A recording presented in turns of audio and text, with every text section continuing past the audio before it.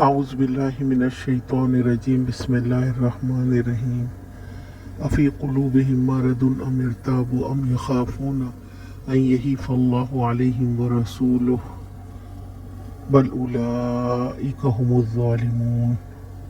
کیا ان کے دلوں کو منافقت کا روگ لگا ہوا ہے یا یہ شک میں پڑے ہوئے ہیں یا ان کو یہ خوف ہے کہ اللہ اور اس کا رسول ان پر ظلم کرے گا؟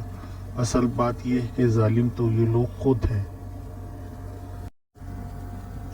اللہ تعالیٰ فرماتے ہیں کہ یہ منافقت پسند لوگ کیوں ایسا کرتے ہیں؟